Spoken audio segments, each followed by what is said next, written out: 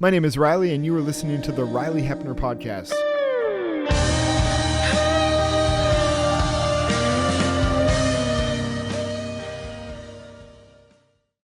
Well, Beverly, I'd like to begin by just asking you what inspired you to write this commentary on Romans, and what do you see sets it apart from other works on this letter? I've been interested in Romans as long as I've been interested in New Testament study, to be honest. I took a course on Romans my first year in seminary, and I had had undergraduate classes in New Testament, but they weren't really very engaging to me, didn't work. And I had to take some more New Testament when I was in seminary, and there was this class on Romans, and I was hooked almost from the beginning.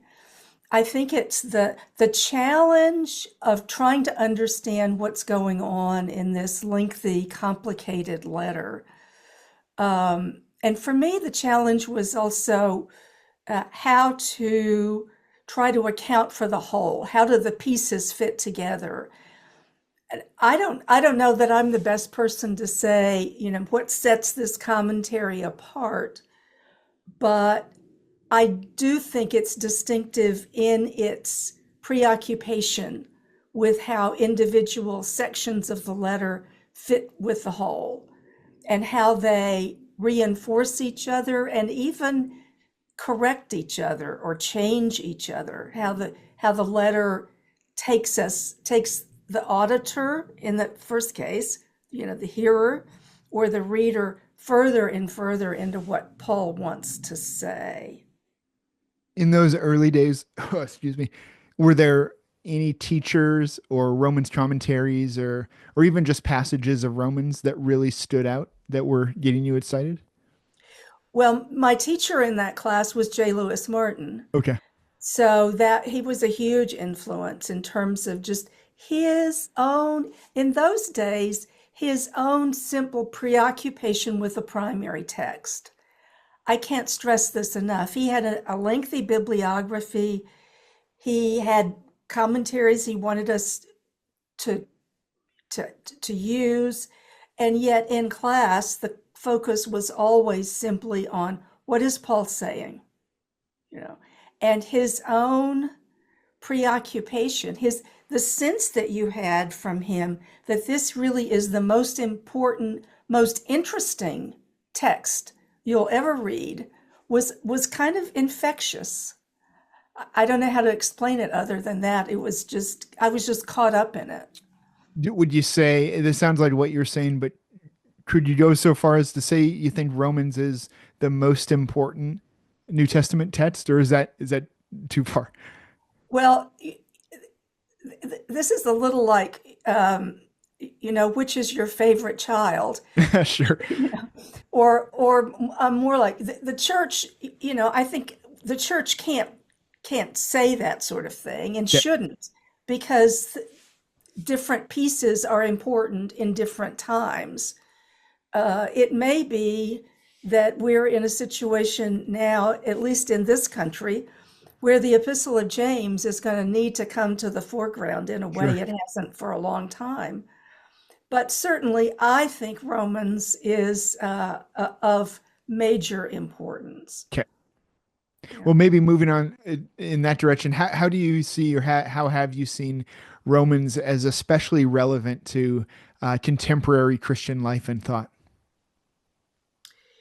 There is a tendency, I think, to want it's and I'm talking about my experience of Christianity in the United States in Protestant context, right? I'm not talking about having a sense of the global church or even, the Canadian church. Mhm. But my sense about the American church is that we have successfully made the gospel into something small and manageable. Okay. You know, it's about um, God's offer in Jesus to me as an individual, and I take it or I leave it, right? And I think one of the things that Romans does is explode every attempt we have to every attempt we make to make the gospel smaller. It keeps pulling us out. It's not, yes, it is about the individual, but it's about far more than any individual. Yeah, so you did that come in this commentary or before that you could really see that clarity that Romans was speaking to this individuality, this I don't know, self-focus in America. I mean, it'd be the same in Canada too, and I think that's a huge theme Yeah, I mean, that we need addressed. this is not something that is unique to me. Okay. Many New Testament scholars, most I think, would say this. But I do think there is for many of us coming out of. I did not come out of an evangelical tradition the way that's normally defined, but most American Protestants, I think of the gospel as my relationship to God or my relationship to Hmm. Jesus, and not something that forms community or something that has an engagement with the world, except maybe to convert other individuals. Hmm. I my experience has been we read Romans very much as a personal Right, book, even more than some other right, letters. Just like, right, that, no condemnation in Christ. Like that's to right, me, and nothing can separate me from the love of Christ. And right, uh, right. I And think, I don't sorry, go think, ahead. you know, I I want to be clear. I don't think that the individual is excluded. Sure. I think one of the reasons people relate to it personally so powerfully is the strength of the language. There is no condemnation. I can use that, Hmm. you know. Nothing can separate me from the love of God. I welcome that statement. But when Paul writes it, he's not writing it just for me or any individual or set of individuals, but really for, in that chapter, he's been talking about the whole of creation Hmm. and God's actions for the whole of creation and God's determination not to let humanity remain. In here, I'll introduce something we haven't talked about yet, not to let humanity remain captive to sin and death. Hmm. How would you, at this point in your studies of Romans, summarize the primary message of Romans in one sentence? I realize that's probably hard, and that's what you've already alluded to. I think that, that was kind of Yeah, the some of the excitement of trying to figure out how it fits yeah, together. And yeah, okay. I mean, one sentence summaries are always, yeah, and it can be more than one sentence. but that's But is there that's a okay. general? I Okay, would say it's something like this. In the incarnation, the death and resurrection of Jesus Christ, God has acted to rescue, to redeem, to liberate a world, humanity included, that is captive to powers of sin and death, and to set that world free for uh, glorifying God and for life in service to one another. that's a beautiful summary. But here's part two. How would that summary, do you think, influence your reading of the letter as a whole? Like, is that a bit of a lens then to read the text? Well, yeah, I mean, what happens with any thesis like that is that that statement comes out of my reading of the letter, Okay. right? And my work on the letter, but then it has to be tested over against the letter. One of the things that I didn't say, for example, is how the letter addresses specifically, because the letter spends a lot of time with this, uh, the relationship between Israel and non-Israel, Gentiles, and God. right? What is God doing? Hmm. What is the situation with Israel? I didn't say anything about that. I think it's included in my sentence, but it's not specifically mentioned. Sure. Yeah. As you worked on the commentary, and maybe it's that Israel Gentile part, was there a particular chapter that even coming up to it maybe was daunting and that ended up being the most challenging? I'm sure it wasn't even across the board your work on every chapter, though. I'm sure everyone was challenging. No, I wrote a commentary on the book of Acts. This is a long way around answering your Okay. question. I wrote a commentary on the book of Acts a number of years ago, and there was no question in my mind that the hardest part was the Stephen speech in chapter Oh, 7, interesting. because it just goes on and on and on. Yeah. And you can see why people got a little impatient with him. Stop already. Um, with Romans, it wasn't like that. With Romans, there's a sense in which every chapter, at every point you think, well, when I finish working on this, when I draft this part, the next part will be easier. Yeah. No, it won't. Having said that, I suppose the most difficult is Romans 13, Okay. simply because it it is so hard. I said earlier I was really wanting to account for the letter as a whole, Hmm. and Romans 13 is very hard to account for as part of the rest of the letter. Sure. And also there's so many ways in which that chapter, that section 13, 1 to 7, that chapter has just been so distorted and misappropriated and misunderstood that you really have to clear the ground before you can talk about it. 13 to 7, 1 to 7, then is definitely, I need to go read that section of your commentary after our chat. Well, let me know when you do whether you find Sure. it Yeah. convincing. Can I ask you too, what was the challenge? I imagine it would be, but what was the challenge of Stephen's speech trying to again kind of summarize, put it together as a whole? Yes, it's sort of hard now to remember. Sure. I think part of it was just the length of it, and the trying to negotiate how how Peter tells this story. Sorry, how Stephen uh, gives an account of Israel's history versus Israel's history as we read it in Oh, sure. Scripture.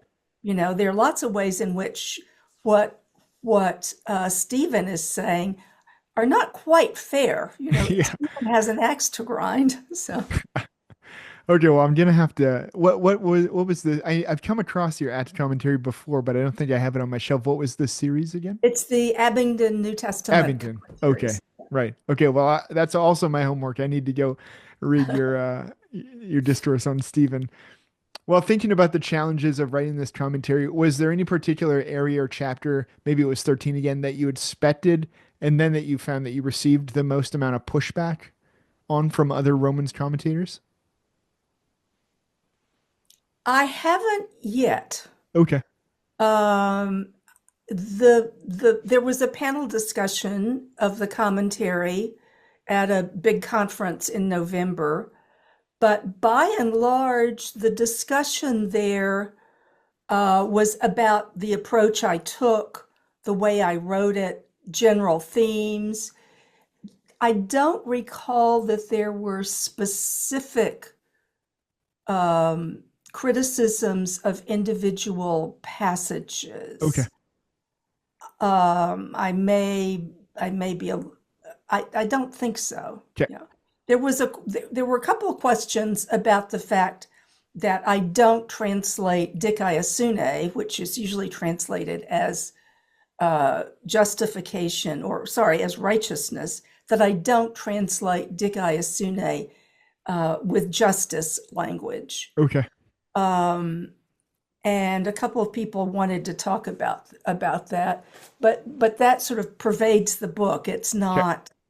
It doesn't have to do with one chapter or another. And I imagine you had answers for that because there was a justification for why you were translating.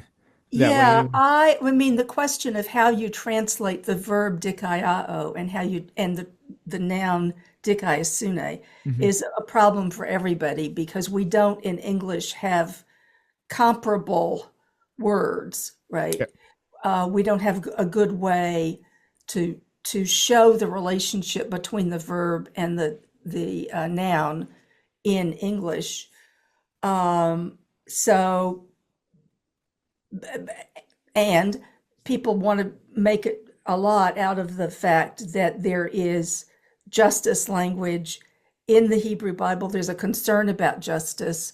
Why not use justice language? Sure. My pushback on that is simply, and I've been a little bit stubborn about this, although there's a good case to be made. Yeah. My concern about using justice language is that, at least in my context, justice language is too often um, uh, making sure people get their just reward for the thing they did wrong, right? It's not reparative justice or restorative justice, it's always punitive. And so it may be that what one should do is use the language and keep insisting on what it can be. But I'm still a little concerned about it being punitive, being Okay. perceived as punitive. Yeah. Could you say anything about what Romans teaches us about the character and the purposes of God? Are there any major uh, lessons there, things to be said? Yeah. The character of God. I think one of the things we have to do immediately, and I think this is true throughout the New Testament and frankly throughout the Bible, is we don't get a sort of character portrait. I'm quite fond of the British 19th century writer Anthony Trollope. And when Trollope introduces a new character, he will give you a sort of character sketch of this person, what kind of temperament she has, and what her habits are, and so his habits are, and so forth. And the Bible generally shows us things through actions rather than giving us uh, descriptions of a character. So God is revealed, God is to us in Romans as the one who sends the Son, as the one, what Paul often says is he doesn't say, but he'll say God, but he will say the one who raised Jesus Christ from the dead. That's who God is, right? So God is revealed as a God of power, but a power on behalf of, not a power over against. Okay. God is revealed as a as one who does not. I mean, I love this expression in the Septuagint. One that does not look with favor on any person. Right? God does not play favorites. Yeah. Um, What God. passage is that in the Septuagint? Oh, it's sort of ubiquitous. I'm thinking Okay. about. I I think. haven't read that, but that's a really nice way of I like Yeah, ways of God, that. I mean, that God does not, in Greek, it looks like God does not, God does not look at the face. Okay. Well, in the account of the selection of David, Okay. um, I think I'm right about that. I I may won't be. hold your feet to the fire on it or Yeah, yeah, anything. yeah. But you get the same language in Romans Okay. too. God does not, God does not play favorites, right? At the same time, there is in Romans this insistence that God has made promises to Israel, right? And those promises have no ending, right? So whatever the present looks like, and whatever, especially Gentile believers, have decided the present looks like, I think Mhm. this is a real problem for Paul. God's promises to Israel do not end. God created Israel. So to go back to your question, I've sort of gone off on a tangent here. But one of the things it looks like is that God has acted in a very particular way in the present, and that is intrusive. That is an action that disrupts the way things are, right? And yet, God has also made promises to Israel, and those promises have no ending. Right? So there are things that are held in tension there that I think are rather wonderful. This is probably a naive question, but just as you were talking there, can we expect that Paul was reading, even mainly reading the Septuagint? Yes. Yeah. I Okay. mean, there's a huge scholarly, almost industry about which form of what we call the Old Testament Paul was using. Okay. Sure. And was he quoting from memory, or did he have texts? I have left that to the specialists in that area. But by and large, the evidence is that whatever Paul read or knew, it looks a lot like Okay. what we call the Septuagint. Okay. How do you think Paul's vision of God in Romans? We already talked about the word justice a little, or what has been translated that. How do you think Paul's vision of God in Romans reshapes common misunderstandings of God's justice or mercy, if it does? Yeah. Well, in uh, in Romans 9 in particular, when Paul gives us that history of Israel, it's a short version. God created a son for Abraham and Sarah. God chose Isaac rather than Esau. God lifted up Pharaoh, and then Paul says, is there injustice with God? Well, it kind of looks like it, right? It kind of looks like why Jacob rather than Esau? There are Jewish texts and later Christian texts that rush in to explain that God knew in advance that Jacob was the better deal, that Jacob was better than Esau. But Paul never says that. What Paul says is God does what God does. This is justice. God is the one who determines what justice is, right? At the same time, so this is kind of scary territory, At the same time,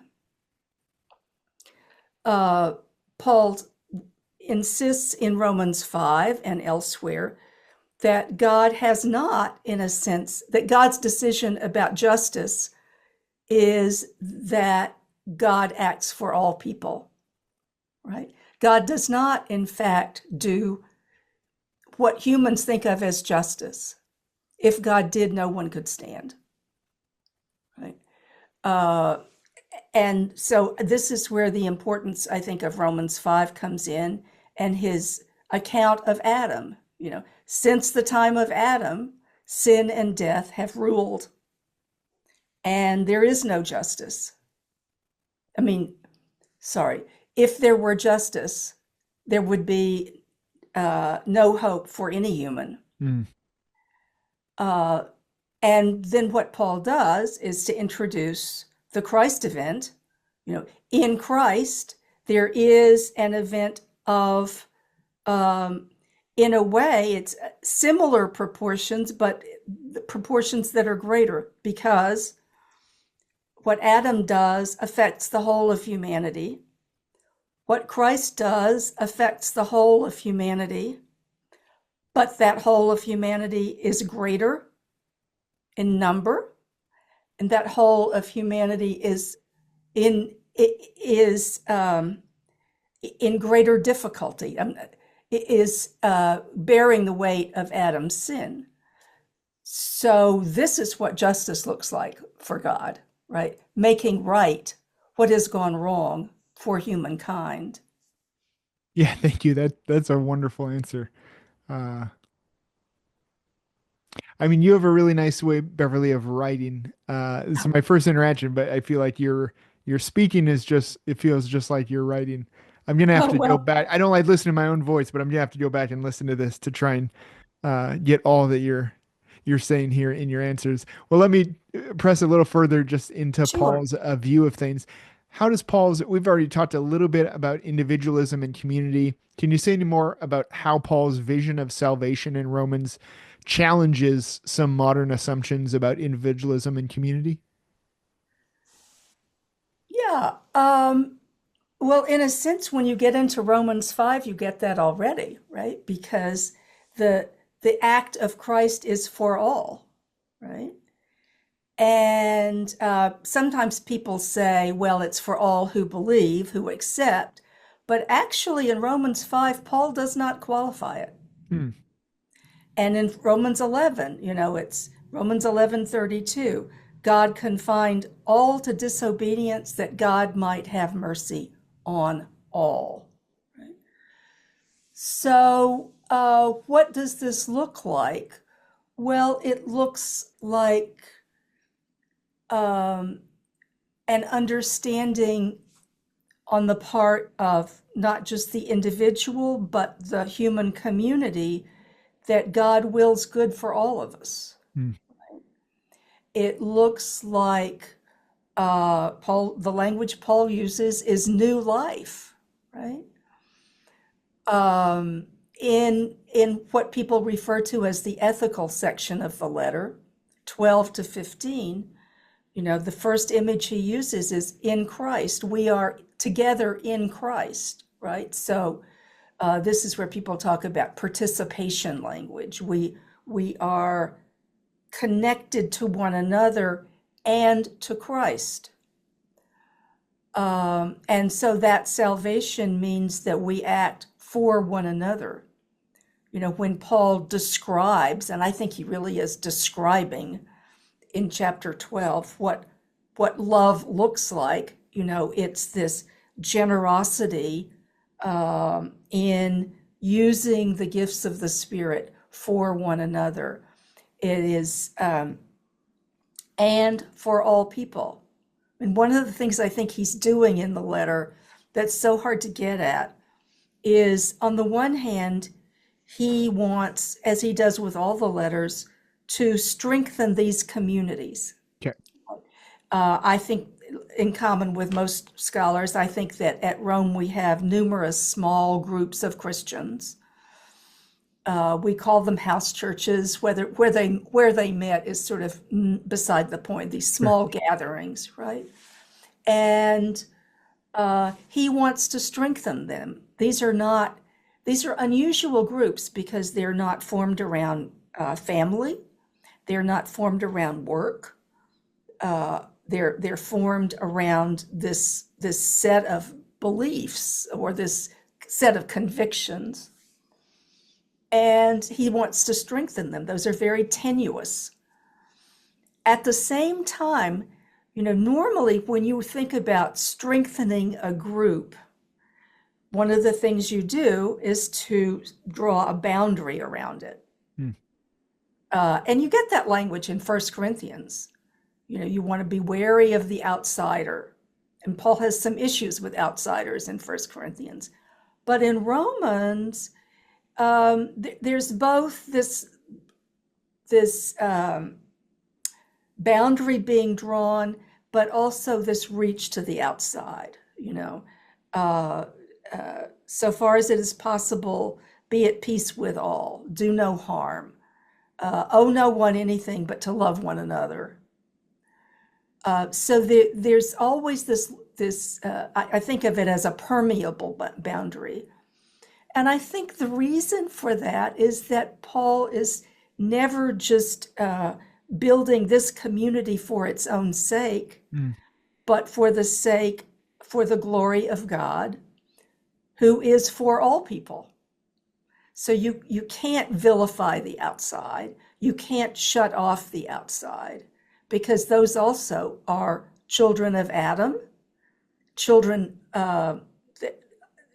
children affected by the Christ event, whether they know it or not, whether they recognize it or not. Is there a strong case to be made that Paul's writing to persecuted Christians in Rome? I don't see any evidence of Okay. that. And we have to be really careful with the language of persecution. Okay. Um, at least, certainly in this early period, we may well be looking at people who experience some difficulty, ridicule. How crazy these people are nuts. What does he say in 2 Corinthians 5? If we're beside ourselves, Yeah. it's for you. Um, But no imperial but I don't persecution up know. to this I point. don't think there's any reason to suspect that. And would your dating of it be quite a bit before any kind of Nero Yes, stuff? Okay. So at least you could, I mean, this doesn't affect Paul's writing because he didn't know, but you can read it knowing that, like, eventually these Christians being written right, to are going to face some pretty right. serious Well, things.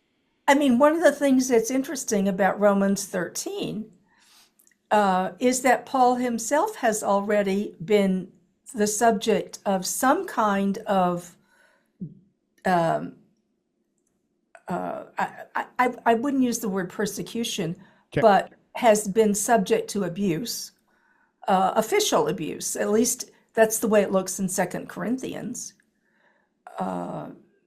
So he already knows that the gospel exacts a cost in the public eye. At the very least, even without persecution, I mean, the audiences in Rome, they're living in that tension right between the Christian community and the empire, imperial worship, these kinds of things, would you say? Yeah, yeah, sure. I suspect that, the signs of homage to the empire were everywhere. Okay. The language I've used sometimes is, getting away from uh, the the service to the gods and giving honor to the emperor would be like trying to get away from a Starbucks. Okay, In sure. any mid-sized American city, you Yeah. can't do Okay. it. Well, with that in mind, but maybe that's not even needed to make this application. How does Romans shape our understanding of what it means to live faithfully in the world?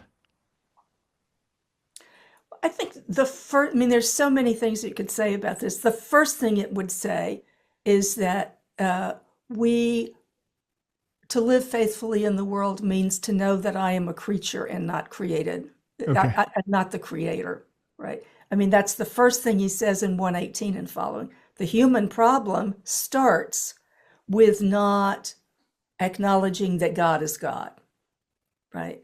With not recognizing that I did not make myself, right? And and that I share that status with the rest of humanity, right? Well, already, once you've said that, living faithfully in the world means recognizing the world does not belong to me. And it's hard to think of anything that's more sort of anti-modern, than this notion, or anti-American, I guess I should say, that we don't belong to ourselves, Hmm. right? We belong to the one who made us, Yeah. right? Um, Living faithfully in the world means, well, I love the language of Romans 14, where he's challenging, we're apparently a dispute about whether or not we're going to keep kosher. We could talk about that forever, but what does he say? He says, be careful that you don't destroy the one for whom Christ died. Hmm. You know, to me, you could write a whole ethic out of that. Sure. The notion that my responsibility, that the notion you get there is that the other person is to be known not just as that other person, but as one for whom Christ died. Yeah. Um, Hmm. when if we could enact an ethic around this notion of when I look at um, the politician with whom I deeply disagree, you Hmm. know, or the homeless person in my community, or the colleague who has just irritated me for the 45th time, and I am called, or the woman who, like me, won't be quiet. Um, Not that women should be quiet, but the person who keeps talking and talking, you know, when I remind myself that this is one for whom Christ died, then I am, I am immediately taken to a different place. And that is not, I've talked about that in individual terms, but I think it translates into ecclesial life rather remarkably, right? You're making it sound like this more than when we just read it in our own context. Was Romans, would it have been received as quite a shocking countercultural letter? I mean, Um, I'm not putting pressure on you. I just mean, as you talked about it, it just feels like it comes alive and just has a radicalness to it, as all yeah, of Jesus's teachings do. But yeah. I mean, I would love to know. yeah, And there have been some exercises of people trying to say, how would this sound? How would this sound? I think I mean, I don't think people would say, wow, this is radically countercultural. But I think there are places in the letter where Paul does kind of trap the audience. Most people would have heard this, not read it yeah, sure, the way you do, where he takes you down a particular path. For okay, example, a famous one, in the second half of Romans 1, he gets in there and he critiques all of those people. He speaks in third person.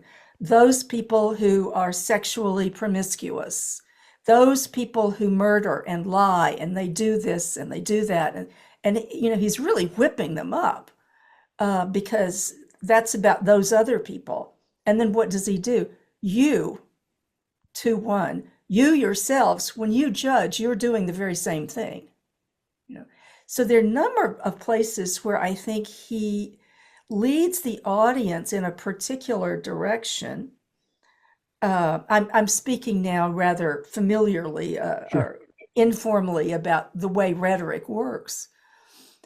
I think he takes us in a certain direction and then turns it on its ear so that you're kind of startled. Whether people saw that, I don't know. Sure. Yeah, yeah. Yeah. Conjecture, but I find it interesting to know, as someone who's studied it so much, kind of what you Yeah. have thought, Right. even if some of it is just hunches or Yeah. Well, another place where I've wondered about this is in Romans 9 through 11, which Christians persist in talking about, the problem of Israel's unbelief or the problem of Israel's disobedience. But then we don't seem to notice that he goes through a lengthy discussion about Israel's history and about what's happened now with Israel. And then in chapter 11, all of a sudden he says, now I'm talking to you Gentiles. right. So who's the problem? The problem seems to be Gentile arrogance with respect to Israel. Yeah, And that's a I good think point. there, I mean, I think there, I can imagine there are people going, wait a minute, what? I'm not the problem. They're the problem. So, Yeah. Oh, that's a good point. Maybe just as a professor, teaching Romans, maybe hearing it taught in the church or hearing it talked about, just in the pews. Are there any ones that stand out as the biggest misconceptions we often have about the book of Romans? well, maybe the biggest one is that it's boring, Okay. Yeah, even that. Do you come across or that people or think? or that it's abstract. Okay. That it's so abstract I can't read it. I think that is a common problem for people. I think, I mean, in general, one of the things that's about which I've been passionate my whole career, is the notion that Paul is either hostile to or irrelevant to women. Okay. And I think Romans 16, emphatically puts the lie to that. But I think those are the main things. I mean, I just think for a lot of people, it's just very hard to follow what he's saying. Sure. And one of the things I find helpful is to start with chapter 16 and remember that this is a real letter. It doesn't look like we don't get letters anymore, so it's hard to, or we seldom get letters. But it's a real letter written by one person, I think in conversation with others in Corinth, to these small groups. And so we need to look for what it is he may be saying that is instructive for us about Paul's understanding of the gospel. Is there anything that stands out in terms of things that big things that maybe we made too little of, and little things in Romans that maybe we made too much of? The first one that came to mind as you were talking is maybe sometimes we make much of like a house church model that's maybe, again, as you pointed, like not really the point in some of these little details in his farewell. Yeah, well, I do think that it's important that these are small groups that may have some conflicts between them. Okay. But the reason I said what I did about house churches, there's been some research recently that suggests that they didn't necessarily meet in houses or even in tenement apartments, but in shops or even out in the open somewhere. Okay. So, but they probably were small groups. I don't Yeah. think most people question that.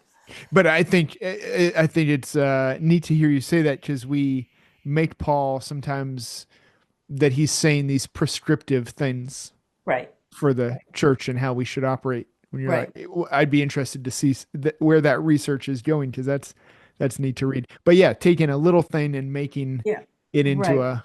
Yeah, I think something that we neglect, and maybe I neglected it for a long time, is the request at the end of chapter 15 for prayer on Paul's behalf as he is about to go to Jerusalem. Okay. I think Paul is deeply worried about what's going to happen in Jerusalem. The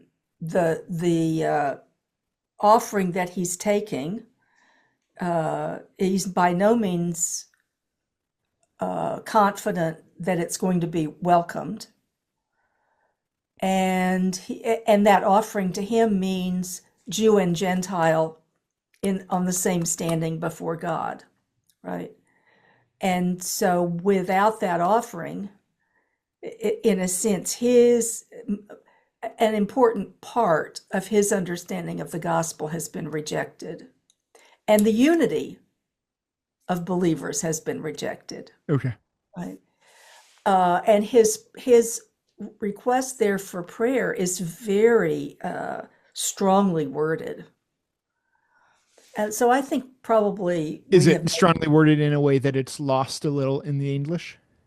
Yeah, I mean it's something. I mean, literally, it's like join together with me in battle. Okay. In the battle of prayer. I'm not doing it justice, but I think that's yeah. Oh wow. You ask about things that we make too much of. This is kind of heretical in scholarly circles, but I do think we make too much of 3:21 to 26 as the definitive place where we get Paul's understanding of the death of Jesus. Yeah. Because he uses a variety of imagery there. He uses some cultic language, he uses forensic language. And I think he's in a way, he's piling up these images. And then later on in chapters 5 and 6 and 7 and 8, he unpacks those and we see what he means. But I don't think chapter 3, especially there's been just a kind of endless discussion about hilasterion, Okay. and is this the mercy seat, or is this a means of atonement? What is it? Is this figurative language? Is it whatever? You know, as if that were the key to Paul's understanding of the death of Jesus. It's a word Paul uses one time. Yeah, that's a good point. So putting all your weight on that is really quite problematic. Why do you think that passage has been made, I don't know, focused on so much? Just because it seems like one of the easier ones to understand? Maybe because it's so clear that there he is talking about God's action in the death of Jesus. And because it's easier to align with some of the gospel Okay. texts. I'm not sure. Okay. I was just curious. It made it. I Yeah. thought maybe there was even a point in church history or something that this passage was, Yeah, patristic that would, father really yeah, zeroed in on this or something and yeah, that's a influenced. good question, and I don't know the answer to it. Yeah. This is maybe a funny question, Beverly, but I'd be curious: is there any real significant background that Acts plays to an understanding and reading of Romans? Any particular Acts passage that you think is important to stand in the background? Or are the eras a little too removed to make it too relevant to? Well, I think I find it more interesting to put Acts and Romans in conversation. Okay. Um, I think that I don't myself follow the chronology of Acts as if it were historically reliable, Okay. although I simply because it's so much later. Okay. Um, but I do think that there are places, especially when you get places where you see differences that are illuminating. One of them would be with respect to chapter 1, to 1:18 and following, where Paul uh, problematizes, as Jews always did, idolatry. You know? And so you see a lot of that in Acts as well, but you don't have to go to Acts to see that. Okay. Just wrapping up, I don't want to keep you too long. Sure. How are you hoping that? Well, I should start with what audience did you have in mind in writing this commentary, and then how are you hoping that they will engage with this? Yeah. Um, in a way, I think I wrote the commentary for myself. Okay. As a way of solving a whole bunch of solving, as a way of proposing solutions, by way of understanding. Um, there's a sense in which I have written it for my New Testament colleagues, Okay. but I also would hope that it would be of use to theologians, those theologians who are interested in the Bible. Um, I tried to write it clearly enough that it could be accessed certainly by pastors and I hope by some lay folk. Now, any editor would immediately squawk and say, a book that's written for everybody is written for nobody. And I get that. But I think I was trying to write it for those folk who might be persuaded. My hope would be to persuade people that you could read a commentary more than just for a passage, that you could Yep. read it from beginning to end. This would be a hope of mine, that people would be enticed to do more than just read it. Yeah. Well, that has been my experience. I don't know how many pastors I represent, but I enjoy a good commentary as just my, I don't know, devotional reading, just my normal reading. I like to read front to back on certain Yeah, commentaries. yeah, I have favorite ones that stand out in my life, like Carson's John commentary, uh-huh, and I've always appreciated Moo's Romans commentary. I've been reading yours just like that, and I've found it so beautiful. Uh, I think I looked for as kind of trying to live in this realm again of pastor scholar, or at least appreciate both. I'm always looking for a commentary, or I appreciate the commentaries that can give me the technical stuff and give me pastoral kind of application.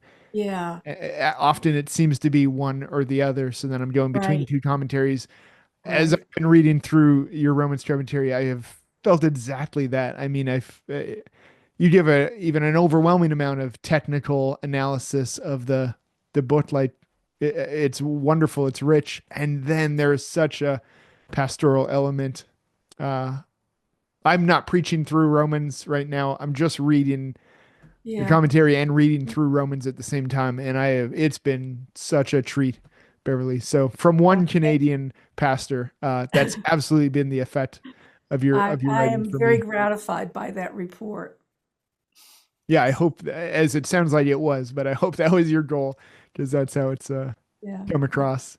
yeah. My last question for you, Beverly. What do you think is the enduring message of Romans for the church today? We've already you've said this in a number of different ways, I think, but Uh, well, you couldn't do better, really, than the end of Romans 8. You know, if God is for us, who is against us? amen. And that doesn't mean just for us in the sense of me and the people I agree with, Hmm. or me and the people my community, but God is for all of us in creation and wills to be in relationship with us and will not let us go. Awesome. Thank you, Beverly. Thank you so much for your time. Thanks for the commentary, and very nice to meet you today. You're welcome. Thanks, Ryley.